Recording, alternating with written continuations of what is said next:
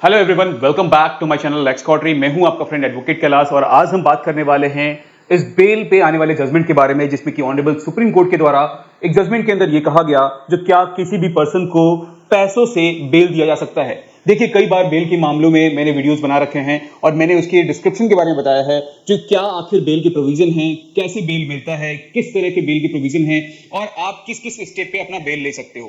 तो इन सारी जानकारी के लिए मेरे उस पिछली वीडियोस को आप देख सकते हो। लेकिन इस वीडियो के अंदर मैं आपको ये बताने वाला हूं कि क्या पैसों से भी बेल मिल सकता है।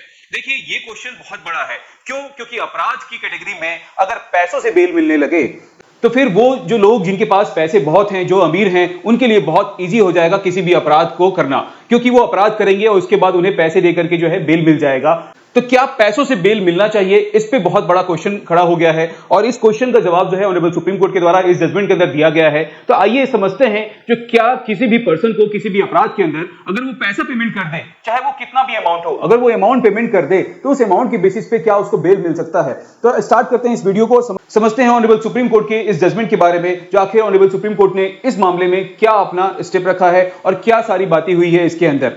वीडियो स्टार्ट करने से पहले एक जरूरी जानकारी, जो अगर आपको आपके लाइफ में किसी भी तरीके का कोई भी अगर कानूनी समस्या है, कोई ऐसी लीगल प्रोसीडिंग में आपको इश्यूज आ रहे हैं, उसका आपको सॉल्यूशन चाहिए, तो आप मेरी टीम के साथ कनेक्ट हो सकते हैं। इसके लिए मैं डिस्क्रिप्शन में आपको लिंक दे रहा हूं। अब वहां से जाकर के मेरे साथ किसी भी सोशल मीडिया प्लेटफॉर्म पे जैसे कि यूट्यूब, इंस्टा, फेसबुक, वहां से आप कनेक्ट हो सकते हैं और आपकी जो भी लीगल इश्यूज हैं उसका सॉल्यूशन मिल सकता है। देखिए, इसमें सबसे पहली बात तो हम समझ लेते हैं जो आखिर केस क्या है। ये जो केस है आपका गजानन दात्रे गोरे versus the state of Maharashtra and others. देखिए, कई बार मुझसे कमेंट करके पूछा जाता है सर, अगर आपने कोई केस का रेफरेंस दिया है तो हमें केस के बारे में बता दीजिए। कई सारे केसेस ऐसे होते हैं जिनके बारे में डिस्क्लोज करना थोड़ा मुश्किल होता है, लेकिन मैंने इस केस का जो है नाम आपको डिस्क्लोज किया है। साथ ही ये भी बताया है जो ये क्रिमिनल अपील जो है फाइल किया गया था।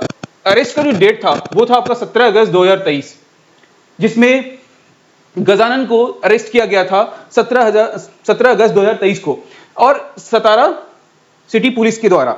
ये आपका महाराष्ट्र में, ये लोकेशन जो है आपका महाराष्ट्र में है और यहां पे जो है गजानन दात्रे को 17 अगस्त 2023 को अरेस्ट किया गया था। अब इसमें जो सेक्शन है, सेक्शन 406, 408, 420, 467, 468, तो ये सारे सेक्शन जो हैं इसमें इन पे लगाया गया। क्यों? क्योंकि इन्होंने 1.6 करोड़ का जो है मिस एप्रोप्रिएशन जो है किया था यहाँ पे as a business development manager. एक बिजनेस डेवलपमेंट मैनेजर होते हुए उन्होंने 1.6 करोड़ का जो है वो कहीं ना कहीं फ्रॉड किया था, जिसके कारण इनके ऊपर इतने सारे सेक्शन लगे हुए हैं। अब इतने सारे सेक्शन लगने के बाद हमारे पास क्वेश्चन होता है तो आखिर ये सारे सेक्शन जो हैं वो किस चीज के हैं। देखिए, मैंने एक शॉर्ट फॉर्म में आपको थोड़ा सा समझाने के लिए यहाँ पे एक चार्ट प्रिपेयर किया है, जिसमें कि सेक्शन 406 जो है आपका वो क्रिमिनल ब्रीच ऑफ ट्रस्ट है, जिसमें कि पनिशमेंट जो है up to 3 year plus fine है। साथ ही इसमें जो आपका 408 सेक्शन है वो आपका क्रिमिनल ब्रीच ऑफ ट्रस्ट, जिसके कि बीएनएस का सेक्शन जो है वो भी मैंने साथ साथ मेंशन कर रखा है, क्योंकि आईपीसी अब चेंज हो चुका है, अब हमारा बीएनएस एप्लीकेबल हो गया है। तो बीएनएस का भी सेक्शन मैंने साथ साथ इसमें मेंशन कर रखा है, जिससे कि आप भी इसको रिलेट कर पाओ, आप भी इसमें समझ पाओ। तो बीएनएस का सेक्शन भी लिख रखा है, तो क्रिमिनल ब्रीच ऑफ ट्रस्ट है, ठीक है, किसी भी क्लर्क या सर्वेंट के द्वारा। इसमें आपका जो इंप्रिजमेंट है, पनिशमेंट है, वो आपका up to 7 year plus fine है, ठीक है।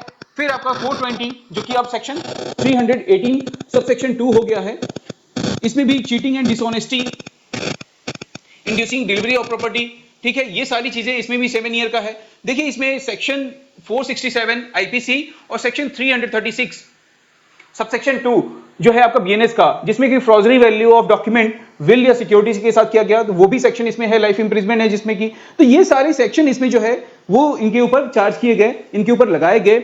मैं इस सेक्शनों का आपको रेफरेंस इसलिए दे रहा हूं क्योंकि इसमें लाइफ इंप्रिजमेंट का भी पनिशमेंट है, साथ ही कई सारे ऐसे सेक्शन हैं जिसमें कि 7 साल से ज्यादा का इंप्रिजमेंट भी बताया गया है, पनिशमेंट भी बताया गया है।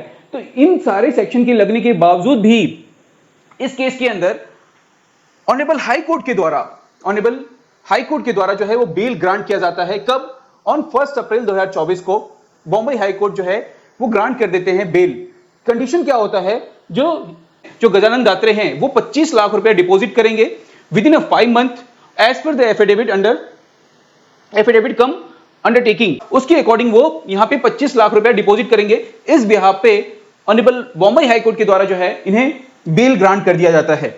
अब देखिए वो सारे सेक्शन जो लगे हुए थे जो कि मैंने आपको दिखाए, इन सारे सेक्शन में आपको ये भी दिख रहा होगा जो इसमें 3 ईयर का भी पनिशमेंट है, 7 ईयर का भी है, साथ ही लाइफ इंप्रिजमेंट भी है, कहीं यहां पे भी 7 ईयर है। तो इतने सारे इंप्रिजमेंट, इतने सारे प्रोविजन लगने के बावजूद जो है यहां ऑनरेबल बॉम्बे हाई कोर्ट के द्वारा जो है एक अंडरटेकिंग देने के बाद जिसमें कि वो 25 लाख का पेमेंट करेंगे, इस बेसिस पे उन्हें यहां पे बेल ग्रांट कर दिया जाता है। लेकिन फिर भी जो है ये जो गजानन है वो फेल हो जाते हैं 25 लाख का पेमेंट करने में। अब उन्होंने अंडरटेकिंग तो दे दिया लेकिन यहां पे 25 लाख भी उन्होंने पेमेंट नहीं किया, ठीक है, जिसके बेसिस पे ऑनरेबल बॉम्बे हाई कोर्ट के द्वारा जो है ये बेल कैंसिल कर दिया जाता है 1 जुलाई 2025 को।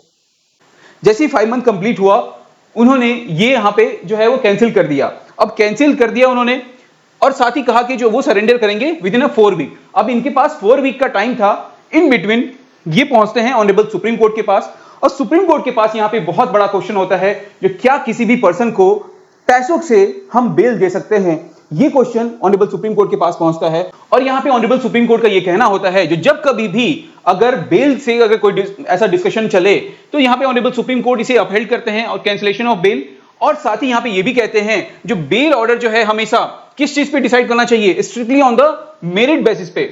अगर मेरिट में बन रहा है, अगर मेरिट में ऐसा लग रहा है, अगर प्रोविजंस ऐसे बन रहे हैं जब जो सामने वाले पर्सन को बेल मिलना चाहिए तभी उस पर्सन को बेल मिलना चाहिए, ना कि किसी भी तरीके का जो है वो सिर्फ फाइनेंशियल अंडरटेकिंग लेकर के उसे बेल दे देना चाहिए। यहां पे ऑनरेबल सुप्रीम कोर्ट ने इस चीज को टोटली डिनाई किया है। साथ ही यहां पे एक रिमार्क्स भी दिया है जो court must no longer entertain bail request based on the such undertaking. जो कोर्ट कभी भी जो है इस तरह के बेल में जिसमें कि अंडरटेकिंग वगैरह फाइल किया गया है उसके अकॉर्डिंग जो है किसी भी तरीके से बेल ग्रांट नहीं कर सकती हैं। साथ ही उन्होंने ये भी कहा जो कभी भी कोई भी बेल एप्लीकेशन आता है उसमें हमें प्योरली लीगल मेरिट देखना है, जो इसमें क्या किसी भी एक्यूज पर्सन को ऑन मेरिट बेसिस पे क्या बेल मिल सकता है या नहीं मिल सकता है। और साथ ही ऑनरेबल सुप्रीम कोर्ट ने इस जजमेंट को जो है वो रजिस्ट्री को कहा जो आप इसे पूरे जितने भी हाई कोर्ट हैं उन्हें जो है वो सर्कुलेट कर दो, जो इस तरह से कभी भी किसी भी पर्सन को फाइनेंशियल अंडरटेकिंग लेकर के आप किसी भी पर्सन को बेल नहीं दे सकते हो। और साथ ही इस मामले के अंदर जो है वो 50,000 का जो है कॉस्ट इंपोज किया गया दात्री जी के ऊपर।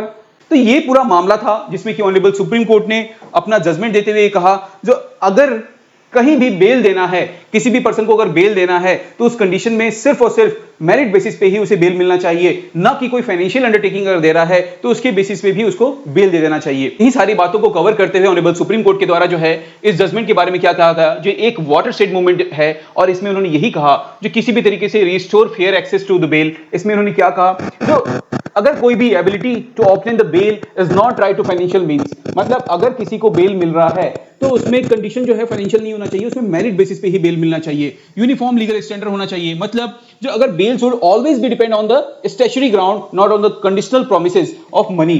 मतलब सीधा सीधा यहां पे ऑनरेबल सुप्रीम कोर्ट के द्वारा यही कहा गया जो कभी भी बेल का प्रोविजन जो है वो एक स्टैट्यूटरी होना चाहिए, ना कि एक अंडरटेकिंग के तौर पे होना चाहिए। कोई फाइनेंशियल अगर अंडरटेकिंग दे रहा है, कोई अगर लुभावने वादे कर रहा है तो उसके अकॉर्डिंग जो है किसी भी पर्सन को बेल नहीं मिलना चाहिए। तो ये सारी बातें इस जजमेंट के अंदर हुई। इसमें आपकी क्या राय है कमेंट करके जरूर बताएं। साथ ही आपको ये लीगल इन्फॉर्मेशन कैसा लगा, ये बेल का जो जजमेंट था वो कैसा लगा, ये भी कमेंट करके जरूर बताएं। बाकी ये इन्फॉर्मेशन अगर आपको पसंद आया वीडियो को लाइक करें, चैनल को सब्सक्राइब कर लें ताकि इस तरह की इन्फॉर्मेटिव वीडियो आप तक सबसे पहले पहुंच पाए। Thank you so much.